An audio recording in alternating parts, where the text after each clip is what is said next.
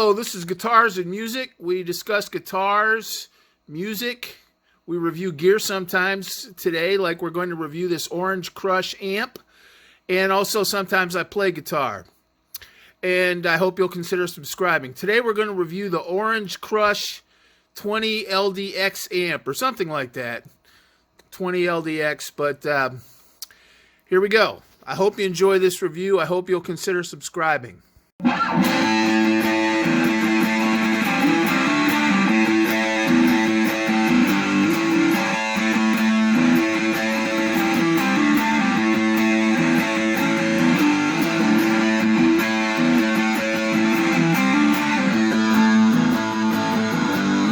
Front of the amp, this thing's built like a tank, and you know, I guess a lot of people would associate that with Orange. It's a very, I didn't pay that much for this. Hey, let's look at this amp. There you can see it. Let's zoom in a little bit here. You can see it's got a headphone jack. There's the headphone jack. It's got a volume and the gain over here. It's got an overdrive thing, so you can push that. Some reviews are calling it 2 channels. I don't know. I just push that and it gives you overdrive. And a low, mid, high. It's got a ton of onboard effects. Reverb room, reverb hall, reverb spring, reverb chapel, hall, delay. I guess that would be reverb and delay, which would be what I would like.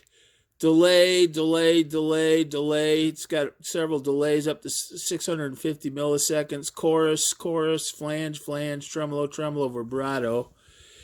You set this. So you know, if you want one.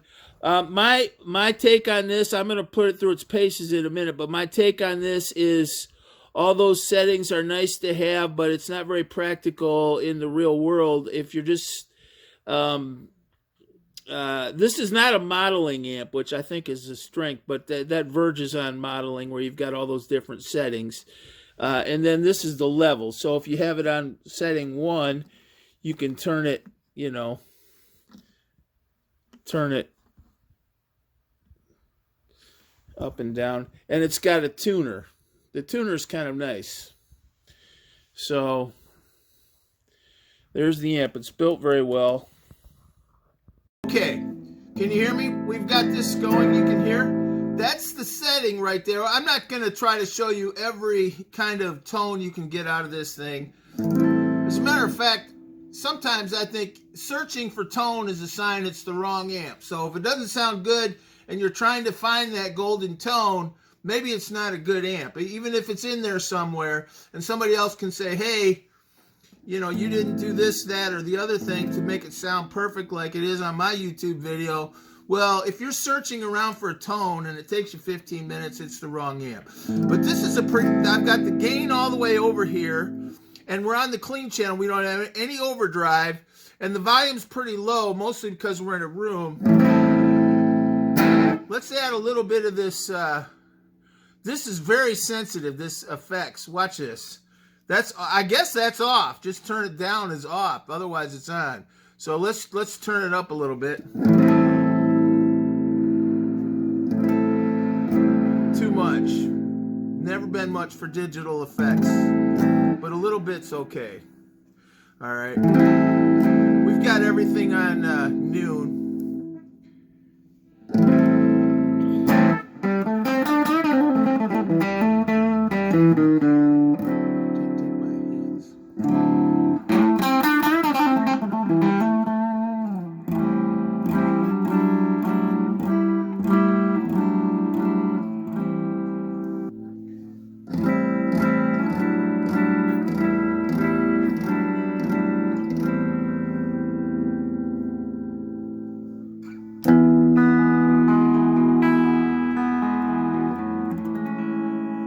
It's hard to beat a tube amp.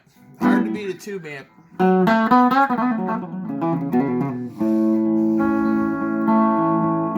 I think it sounds good, but let's turn it up a little bit more here.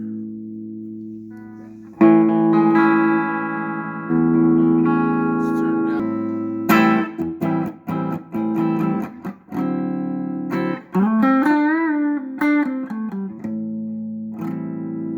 having trouble getting a really kind of ambient sound out of it, like that's nice with the clean. Let's try a little bit with this Keeley Dark Side. This might give us a little bit of ambience. This is an awesome pedal. It looks got a lot of buttons, but that's fuzz, that's delay. So let's try a little bit of the professional delay here. There we go.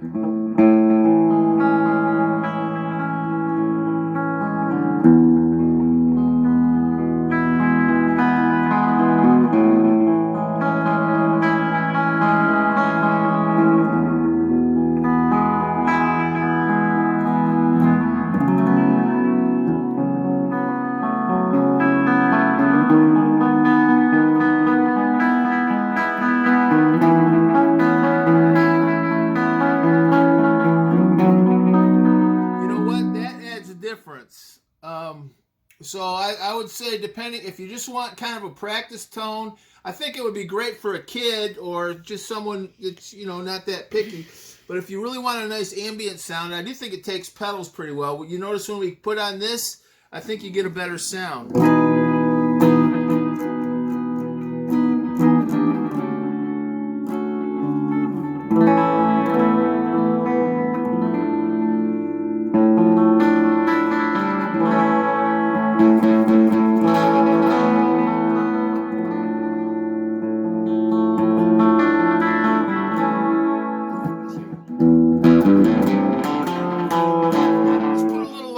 On it here, ready?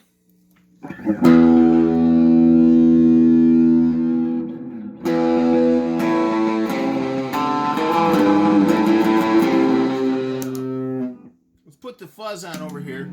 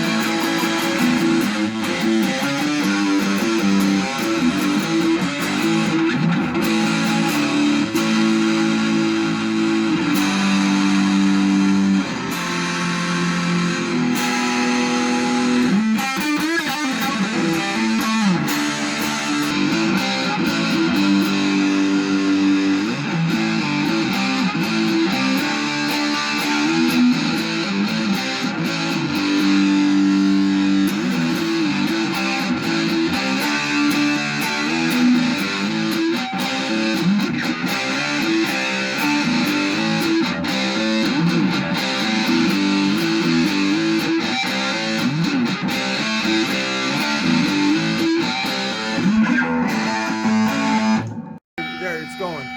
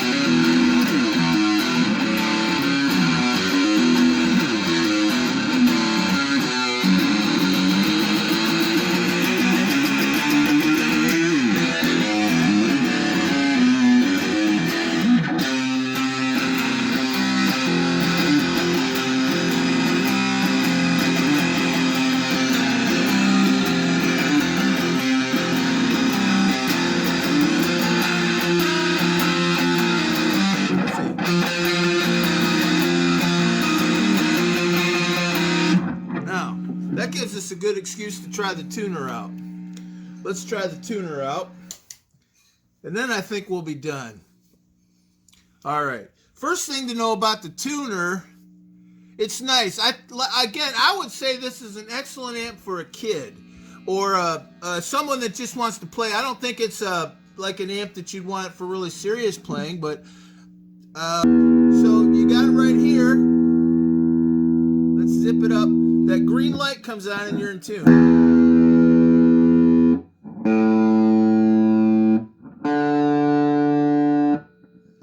G. Now the G's a little flat. That's what we were hearing in that Ted Nugent song. Sorry, Ted. Now here's the B. Here's the E.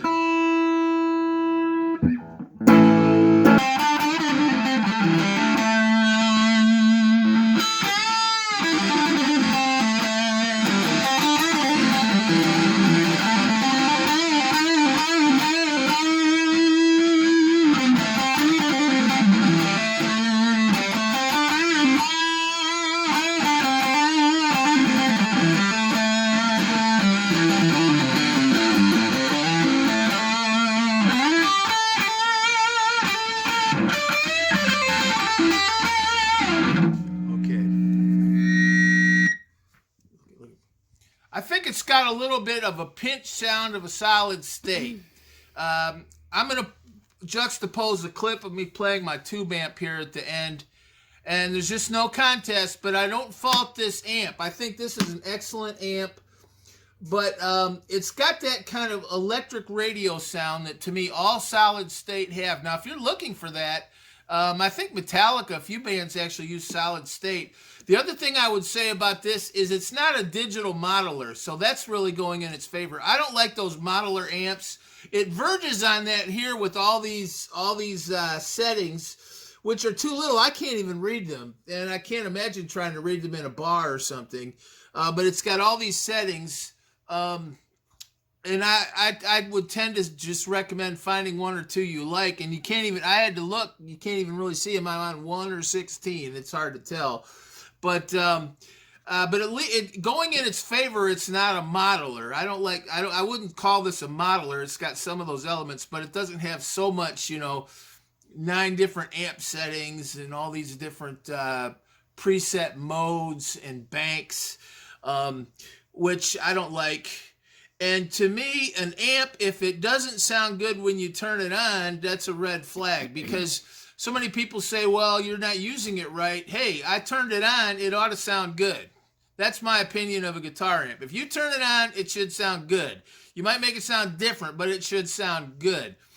A solid state is never going to compete with tubes, in my humble opinion.